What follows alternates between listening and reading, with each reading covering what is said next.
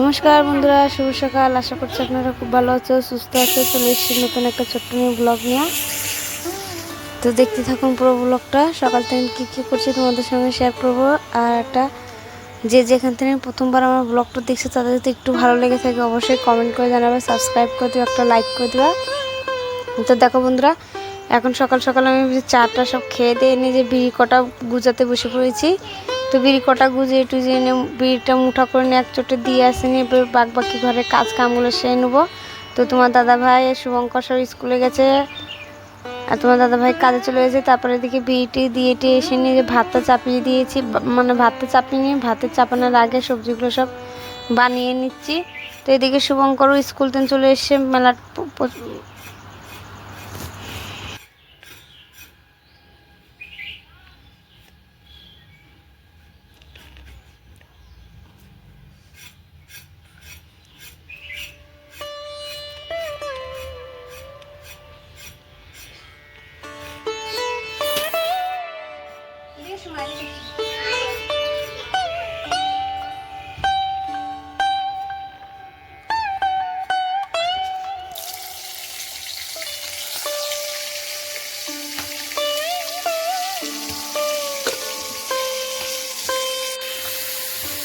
দেখো দুই ভাই বোনা চান করে চলে এসছে।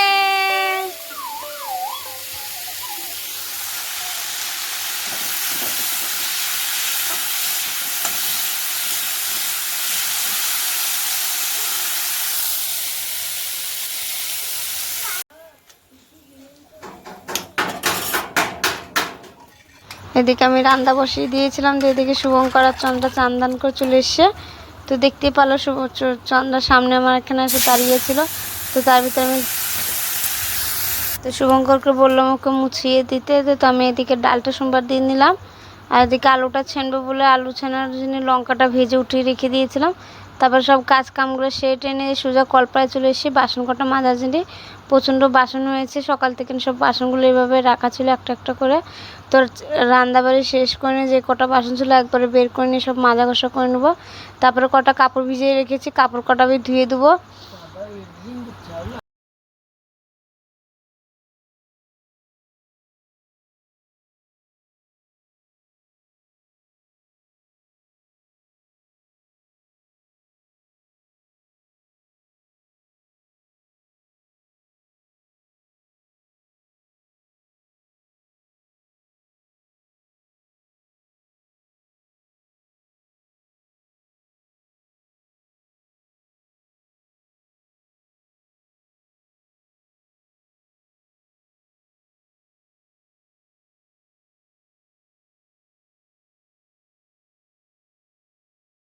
তো বাসন টাসন ধোয়া হয়ে গেলে তারপরে একটু কাপড়টা ভিজিয়ে রেখে নিয়ে যে আমি ঘরে গেলাম। ঘরে একটু যে জামা কাপড়গুলো সব গুছিয়ে নেব।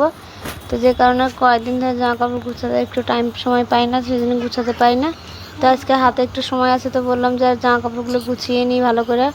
তো কয়েকদিন বৃষ্টির দিনে একটু ঠান্ডা ঠান্ডা পড়েছিল, তো পাতলা কম্বলগুলো বের করে দিয়েছিলাম ছেলেপিলের গায়ে পর দিবার জন্য। তো এদিকে আর বৃষ্টিতে তো এখন তো কমে না, দিনে এখন আর দিনে বৃষ্টি হয় না, রাত্রে বৃষ্টি হচ্ছে কয়েকদিন ধরে। তো সেই কারণে জামা কাপড়গুলো সব ভিজে ভিজে একটা কীরকম হয়ে গেছে। তবে সেই জন্যে সব জামা কাপড়গুলো রেখে দিচ্ছে আলাদা করে ভিজানো দিনে। আর কয়টা তো একদিনে তো সব ধোয়া যাবে না, যদি না শুকাতে পারি আবার, সেই জন্য অল্প কটা আজকে ধুয়ে দেবো, অল্প কটা কালকে ধুয়ে দেবো, রেখে দিলাম মেলাটা। তো দেখো এদিকে ঘরটা ভালো করে গুছানোর পরে সোজা চলে এসে কলপারে বাসন চন্দ্রা সবার জামা কাপড়গুলো কাচার জন্য।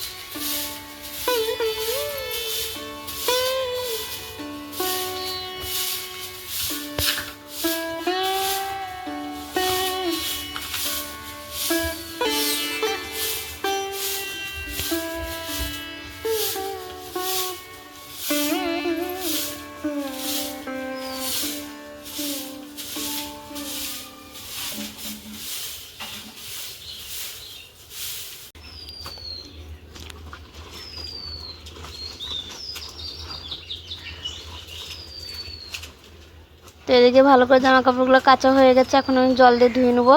তো অতটা নোংরা নাই বলে দেখো কত ফেনা হচ্ছে জামা কাপড় জল দিয়ে যতই ধুচ্ছি ফেনাটা যাচ্ছে না। তো আর 1-2 বার ধুয়ে নিই, তো দেখি কীরকম হয়। তো অত মিষ্টি মিষ্টি রোদ বেরোচ্ছে, একবার ভালোই রোদ বেরোচ্ছে, একবার রোদ বেরোচ্ছে না, এরকম আকাশের অবস্থা হচ্ছে। তো যে কারণে অল্প কটায় ভিজিয়ে দিয়েছি।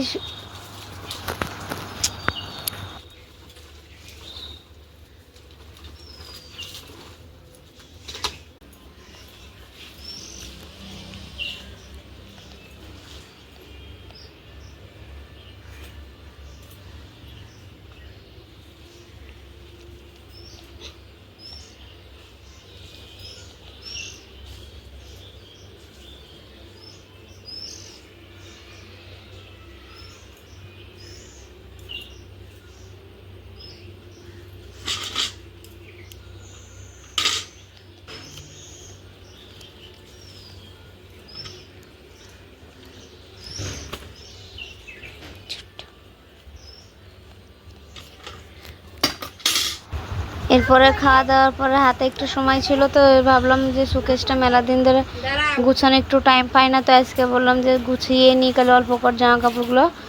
তো কীরকম লাগলো অবশ্যই কমেন্ট করে জানাবে। আজকের ব্লগটা এই পর্যন্ত, ভালো লাগলে অবশ্যই কমেন্ট করে জানাবে, সাবস্ক্রাইব করে দেবে। নেক্সট ভিডিওতে দেখা করবো, সাথে কোনো দিন আপনারা ভালো থেকো, সুস্থ থেকো। তো টাটা।